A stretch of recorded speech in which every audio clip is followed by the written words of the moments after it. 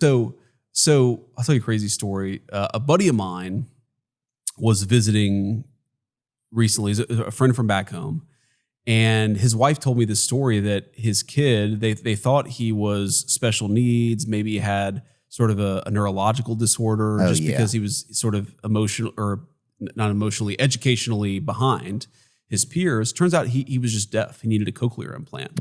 And it took this, my buddy's wife just fighting with the insurance companies for forever to get this kid the medicine that he needed, the treatment that he needed. And now the kid, he's happy, he's healthy. It's a beautiful child, smart child. Like, that's amazing, right? That's what we want medical science to do, is to take a serious problem and make it better.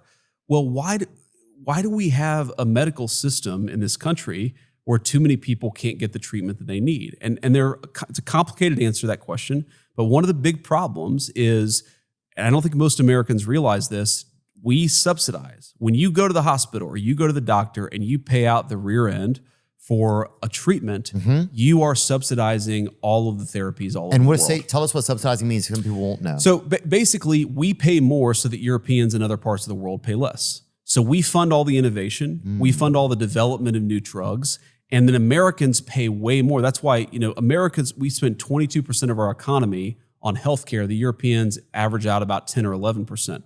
So we spend way more on healthcare and they spend way less. So the president uses this example all the time. The Ozempic, as he calls it, the fat shot drug. He had a buddy who was on Ozempic and had to go to Canada to get it, even though it was invented in Europe. And it was mass produced all over the world. It was like a tenth of the price in Canada that it was in the United States. And the way that it is the drug companies make money off Americans so they can offer discount drugs to everybody else. So what that executive order, the reason why I think that approach is going to work way better than anything the Biden administration is doing, is it's going to say the Americans get to pay less and the Europeans are going to have to pay up a little bit.